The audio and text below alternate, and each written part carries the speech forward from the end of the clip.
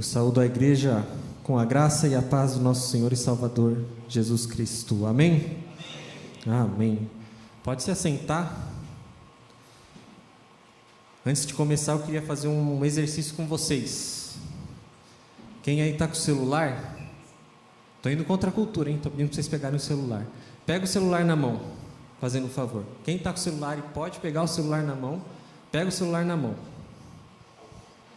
Mas deixa no modo avião, que senão atrapalha o microfone. O pessoal ali me falou. Pega o celular e coloca a câmera frontal do seu celular. E aí, vira a câmera frontal para você. Faça isso. Alguma criança quer vir aqui fazer comigo? Porque vocês não trouxeram um celular, né? Vem aqui alguém. Quem quiser.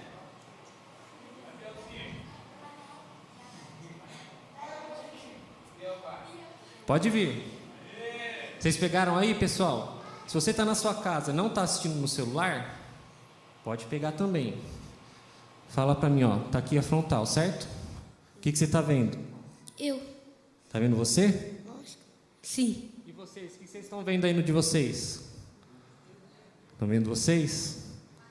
Por enquanto é isso. Obrigado. Viu? Foi fácil, né? Eu quero ler com vocês o texto que se encontra em 1 Coríntios, capítulo 10, verso 23 em diante. 1 Coríntios 10, 23 em diante. Diz assim a palavra de Deus: todas as coisas são lícitas, mas nem todas convêm. Todas as coisas são lícitas, mas nem todas edificam. Ninguém busque o seu próprio interesse, e sim o do seu próximo. Como de tudo que se vende no mercado, sem questionamento algum, por motivo de consciência. Porque do Senhor é a terra e a sua plenitude. Se alguém que não é crente convidá-los para comer, e vocês quiserem ir, comam de tudo que for posto diante de vocês, sem questionamento algum, por motivo de consciência. Porém, se alguém disser a vocês, isso é coisa sacrificada a ídolo, não comam, por causa daquele que deu a informação, e por motivo de consciência. Consciência, digo, não a sua propriamente, mas a do outro. Pois, por que a minha liberdade deve ser julgada pela consciência de outra pessoa? Se eu participo com gratidão, por que sou criticado por causa daquilo? Porque dou graças. Portanto, se vocês comem ou bebem, ou fazem qualquer outra coisa, façam tudo para a glória de Deus. Não se tornem motivo de tropeço, nem para judeus, nem para gentios, nem para a igreja de Deus. Assim como também eu procuro em tudo ser agradável a todos, não buscando o meu próprio interesse, mas o de muitos, para que sejam salvos. 11:1. Sejam os meus imitadores, como também eu sou imitador de Cristo. As crianças vão para a salinha, é isso? Qual é a idade? Até 9 anos. As crianças até 9 anos podem ir para a salinha de vocês. Ok? Irmãos, o que Paulo está trabalhando aqui com a igreja de Coríntio é sobre testemunho. Quando eu era criança, o cristão já não tinha assim tanto nome bem assim, né? Hoje a gente está devendo bastante na praça, como é que se diz? E não por um motivo nosso, mas por causa de testemunhos de outras pessoas que eram cristãs. E aí Paulo está trabalhando uma coisa muito importante, que é sobre o nosso testemunho. As crianças já foram? Tudo certo? Então, Paulo escreve aqui, e eu quero trabalhar com vocês 3 tópicos. A gente poderia encontrar muitas coisas, muitos detalhes aqui do que Paulo está falando com a igreja. Mas tem 3 tópicos principais que ele trabalha aqui. E o primeiro tópico que ele vai trabalhar é o tópico do discernimento. Paulo escreve assim logo no começo: todas as coisas são lícitas, mas nem todas convêm. Todas as coisas são lícitas, mas nem todas edificam. A minha esposa sabe, eu gosto muito de ditados populares. E minha avó sempre falou, né? A sua liberdade termina onde começa a liberdade do outro. Todas as coisas são lícitas, mas será que tudo convém que a gente faça? Como cristão, a gente tem que ter discernimento para saber o que é lícito e que convém e o que não convém. Vamos pegar um exemplo aqui. Vocês assistiram, quem não assistiu a entrega do Oscar, viu depois aquela coisa que o Will Smith fez? Quem assistiu? Vocês estão sabendo? O rapaz foi lá, o Chris Rock foi lá, fez uma piada. Não vou entrar no mérito se foi uma piada legal ou não foi. Fez uma piada. Aí o Will Smith pegou, saiu do lugar dele, foi até lá no palco e deu-lhe uma bofetada na cara do Chris Rock. Agora a gente, como cristão, vamos pensar o seguinte: a gente tem que ter discernimento. Tudo bem, e até que é lícito que eu vá lá e dê um tapa na cara dele. Agora, como é que a gente vai aplicar o discernimento na nossa vida? Como que a gente pode aplicar um bom discernimento na nossa vida? Primeiro de tudo, se Jesus estivesse no seu lugar, o que Jesus faria? Eu estava aqui na escola dominical e o Misael falou do livro Se Jesus em Seus Passos, o que faria Jesus? Quem não leu esse livro, leia, é muito bom. E ele ajuda a gente a refletir exatamente isso. Primeiro de tudo, se Jesus estivesse no meu lugar, se Jesus estivesse enfrentando isso que eu estou enfrentando, o que Jesus faria? Quando a gente tem qualquer coisa que a gente for fazer, a gente tem que pensar o que Jesus faria. Se o Will Smith tivesse pensado, olha, se Jesus estivesse no meu lugar, o que Jesus faria? Tem um negócio bem específico sobre isso que Jesus falou. Ué, se alguém te der um tapa, o que você faz? Oferece a outra face. O que o Will Smith fez? Ele sentiu que recebeu um tapa na cara, porque ele ouviu uma coisa que ele não gostou da esposa dele, e ele foi lá no palco e deu outro tapa na cara do cara. Agora imagine só se todo mundo começar a fazer isso. Imagine se eu subir aqui e falar uma coisa que vocês não concordam, alguém vir aqui e der um tapa na minha cara. Imagine se você está no trabalho, está na faculdade, está em algum lugar, alguém fala alguma coisa de alguém que você não gosta, fala alguma coisa que você não gosta, você dá um tapa na cara do sujeito. Será que Will Smith fazendo isso, ele deu um exemplo que vai fazer do mundo um lugar melhor ou um lugar pior?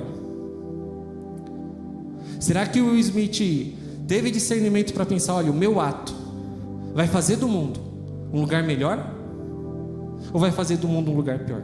Se todo mundo quiser fazer o que eu estou fazendo agora, o mundo vai ser bom ou o mundo vai ser ruim? Igreja, a gente como cristão muitas vezes vai contra a cultura daquilo que todo mundo está falando.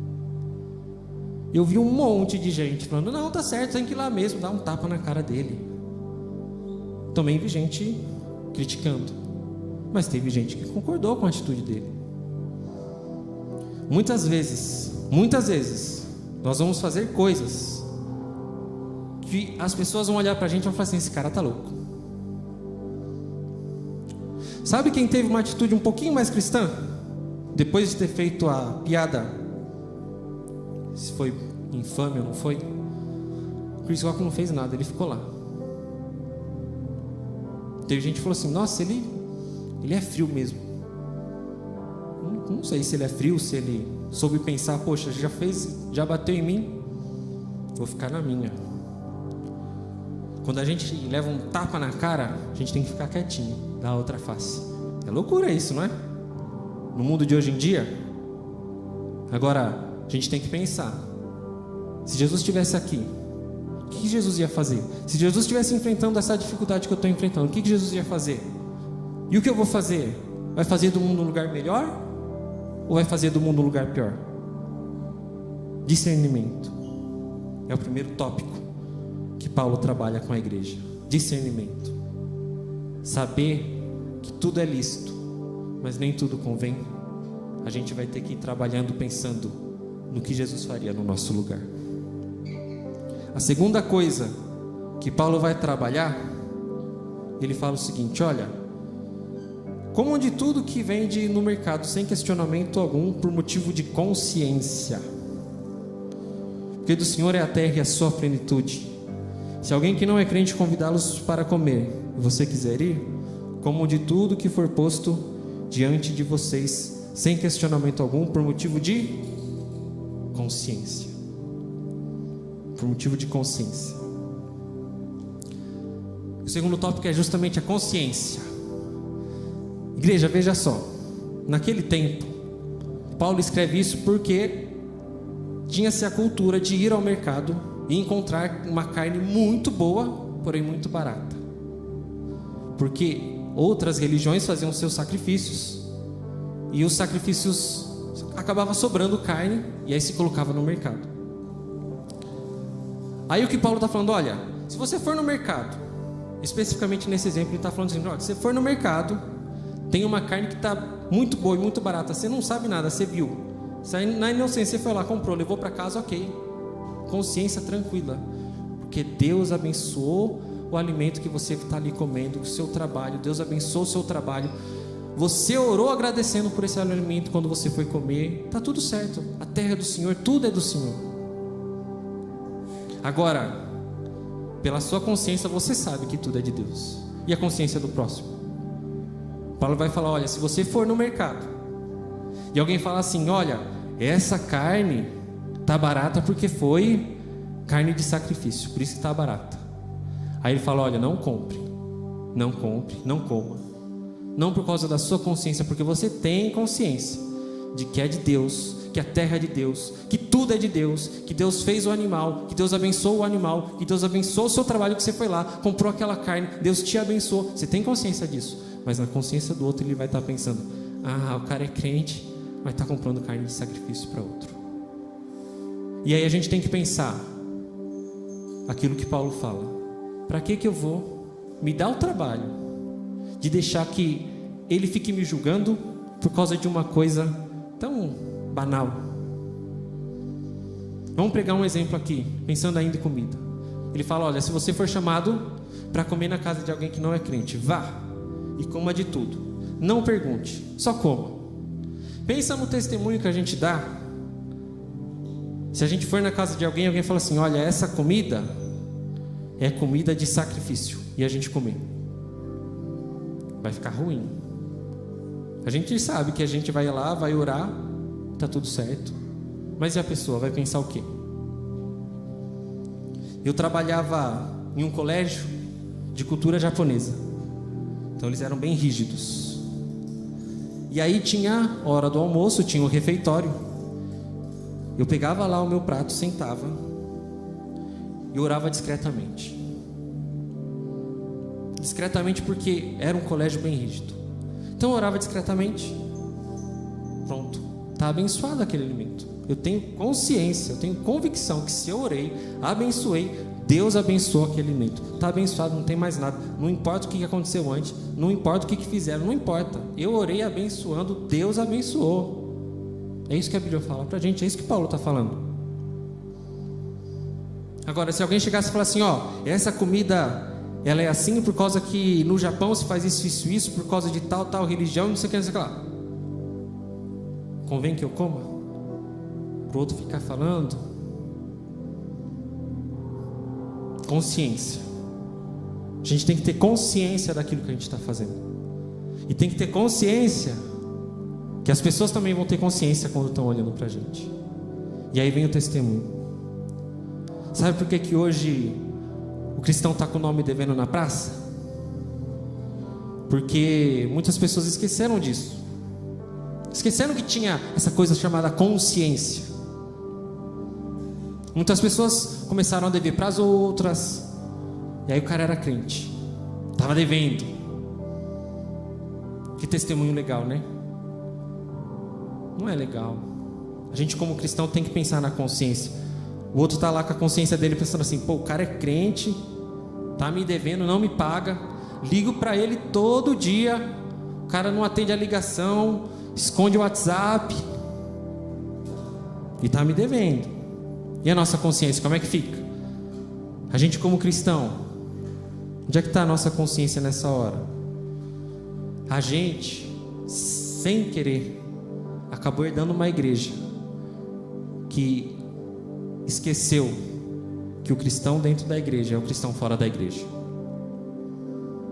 A gente acabou herdando uma igreja onde as pessoas se esqueceram que o testemunho que eu estou dando lá fora é o testemunho de um cristão, que as pessoas estão olhando para mim, para as coisas que eu estou fazendo e pensando: o cara é cristão. Então a gente tem que fazer aquilo que está de acordo, ter discernimento para fazer e pensar na consciência. Aí tem o último tópico que Paulo vai trabalhar com a sua igreja. E aí está ali: portanto, se vocês comem ou bebem ou fazem qualquer outra coisa, façam tudo para a glória de Deus. Eu vou repetir: portanto, se vocês comem ou bebem ou fazem qualquer outra coisa, façam tudo para a glória de Deus. Façam tudo para a glória de Deus. O terceiro tópico que Paulo trabalha é intencionalidade. Qual é a nossa intenção? Em tudo que a gente faz, tudo, absolutamente tudo, a gente tem que fazer para a glória de Deus. Tudo. Pastor, mas e se eu... Tudo. E se eu for na casa da minha mãe? Tudo. E se eu tiver então? Tudo. E se eu acordar? Você acordou para a glória de Deus. Se eu for fazer o café da manhã, você vai fazer o café da manhã para a glória de Deus. E a hora que eu for no trabalho, você vai no trabalho para a glória de Deus. E se alguém vier perguntar alguma coisa para mim, você vai responder para a glória de Deus. Para a glória de Deus. A gente acaba ouvindo muitas pessoas falando assim: olha, Deus em primeiro lugar. Aí que a gente costuma fazer, coloca Deus em primeiro lugar, minha vida familiar em segundo, minha vida profissional em terceiro, aí os meus estudos em quarto, e vai fazendo, né? Completamente errado. Deus tem que estar em todos os lugares. Deus tem que estar em todos os lugares. Eu estou no trabalho, Deus está comigo. Eu estou indo no mercado, Deus está comigo. Eu estou com a minha família, Deus está comigo. Eu sou o exemplo em todos os momentos da minha vida.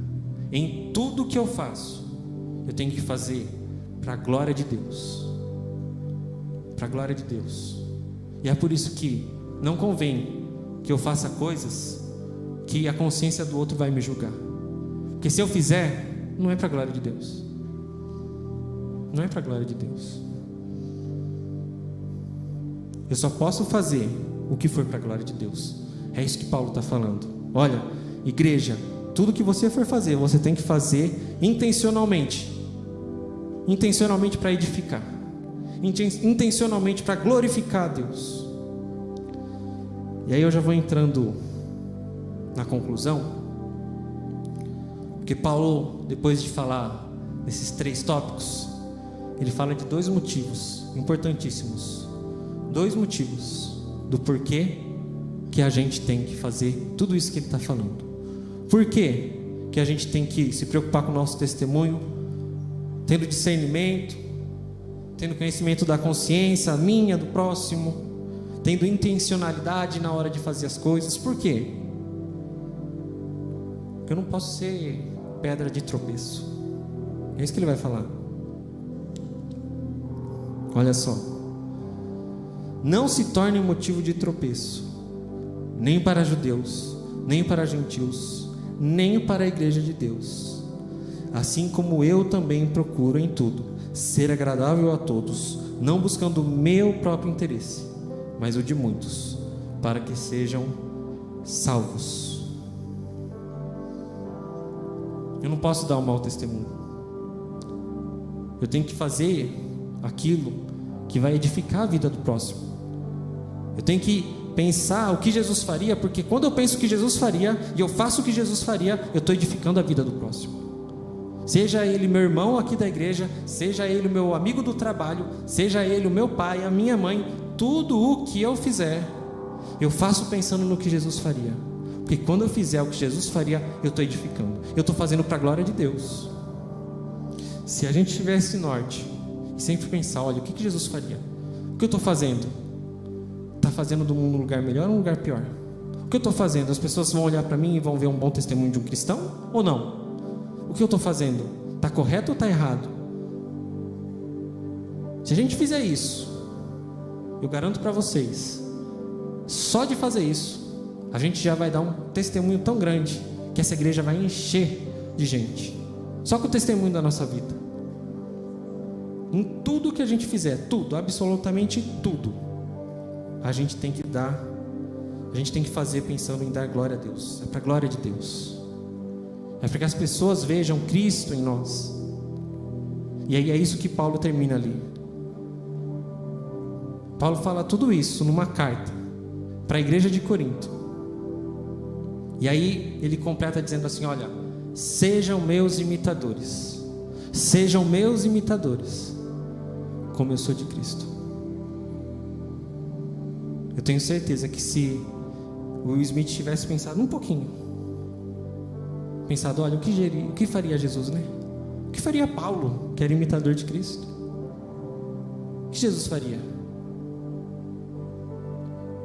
Aquele Oscar podia ser o Oscar da vida do Will Smith. Ele ganhou, mas ninguém vai lembrar que ele ganhou o Oscar. Vai todo mundo lembrar que ele foi lá e deu um tapa na cara do outro, porque ele não pensou, olha, o que Jesus faria? Ninguém chegou para ele e falou assim, olha, faz o que Jesus faria. Faz o que Jesus faria. Quando eu estava na faculdade, eu tinha um professor, ele era cristão. E eu estava chegando na igreja, voltando para a igreja, na verdade. E aí eu tenho uma mania de fazer assim, alguém faz alguma coisa legal, eu falo assim, pastor, é legal, obrigado, quando eu crescer eu quero ser que nem você. Marcos, obrigado, quando eu crescer eu quero ser que nem você. É mania minha, brincadeira que eu faço. E aí sempre que eu fazia com ele, ele falava assim, não queira ser igual eu, queira ser igual a Cristo. E aí eu fiquei com isso na cabeça. Aí um dia, estava ali lendo a Bíblia e cheguei nesse versículo, sejam meus imitadores, como eu também sou de Cristo. Aí eu falei assim, a próxima vez que eu falar com o professor, vou ter que conversar com ele. Aí eu falei assim, obrigado, hein? Quando eu crescer, quero ser que nem você. Não queira não. Queira ser igual a Cristo. Eu falei assim, mas por isso mesmo. É por isso mesmo. Você não é cristão? Você não está imitando a Cristo? Então eu vou imitar você. A gente é cristão. A gente tem que dar o bom exemplo. Porque dentro da igreja as pessoas vão imitar a gente. Porque fora da igreja as pessoas vão ver o que a gente está fazendo. E a gente vai mudar a vida das pessoas. A gente vai edificar a vida das pessoas, para que pessoas sejam salvas. É isso que Paulo fala. Olha, faça tudo para a glória de Deus, para que pessoas possam ser salvas. Essa é a nossa missão. Foi isso que o Marcos falou na pregação que ele teve aqui. Tudo que a gente tem que fazer é pensando no quê? Em salvar pessoas.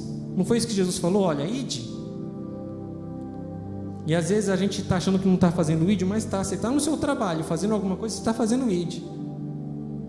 Alguém está ali de olho em você. Alguém está ali de olho no que você está fazendo. Quero fazer o exercício de novo. Quem quiser, quem puder, pega o celular. Pega o celular na mão. Liga a câmera frontal de vocês. E olha bem para vocês. Pega a câmera, olha para vocês. Faz aí. Sabe o que vocês estão vendo? Não são só vocês. Vocês estão vendo imitadores de Cristo. E o mundo, quando olhar para vocês, vai olhar para imitadores de Cristo. E a gente imitando a Cristo vai mudar o mundo. A gente imitando a Cristo vai dar bom exemplo, vai ter atitudes que mudam o mundo, e não atitudes igual a do Will Smith. A gente vai ter atitudes de pessoas que conhecem a Cristo, que vão se perguntar: o que Jesus faria? O que Jesus faria? Se Jesus estivesse no seu lugar, o que Ele faria? Comece a pensar isso no seu dia a dia. Comece a refletir sobre isso. Quero orar com você. Depois o louvor pode subir aqui. Mas antes de orar, eu quero que você comece a refletir, né? Nas coisas que nós temos feito no nosso dia a dia, coisas simples. Pensando: será que tudo que eu estou fazendo, é para a glória de Deus? Será que tudo que eu estou fazendo segundo Jesus faria? Será que eu estou imitando a Cristo?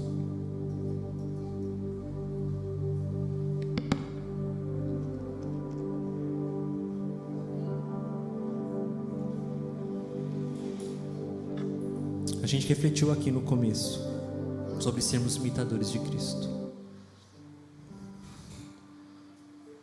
E como eu falei, não vai ser fácil imitar a Cristo em tudo, em todas as coisas. A gente fez o que no começo do culto? A gente pediu perdão, porque nem sempre a gente consegue imitar a Cristo. Eu sei disso. Eu também faço muita coisa errada. Mas a questão é que a gente tem que se colocar diante de Deus, pedindo: olha, Deus, me dê força para que eu possa fazer conforme Cristo. Quero que você faça o seguinte: se você tem alguma coisa que você pensa assim: olha, aqui é meu ponto fraco, aqui eu não consigo parar, pensar como Jesus faria, se coloca diante de Deus, coloca isso diante de Deus. Se você quiser vir no altar, venha no altar, ore a Deus. O altar está aqui para isso. A gente está aqui e a gente vem na igreja para cultuar a Deus, para adorar a Deus, mas para ouvir Deus ensinando a gente a ser cada vez mais semelhante a Ele, a ser cada vez mais a perfeita imagem e semelhança de Deus, e sendo assim se assemelhar a Cristo. Feche seus olhos.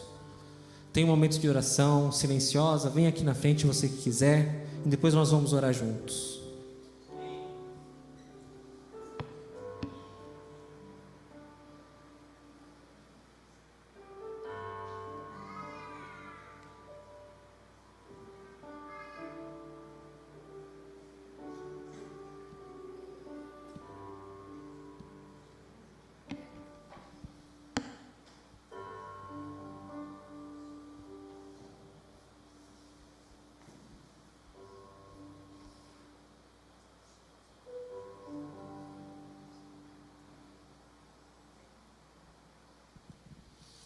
Senhor nosso Pai, nós nos colocamos na Tua presença, primeiramente reconhecendo, Pai, nossas falhas, reconhecendo, Deus, que precisamos de Ti, reconhecendo que muitas vezes não conseguimos fazer aquilo que é da Tua vontade, mas pela Tua misericórdia nós pedimos perdão, Pai, e sabemos que a Sua infinita bondade, infinita misericórdia nos perdoa, assim como nós já pedimos perdão no começo desse culto.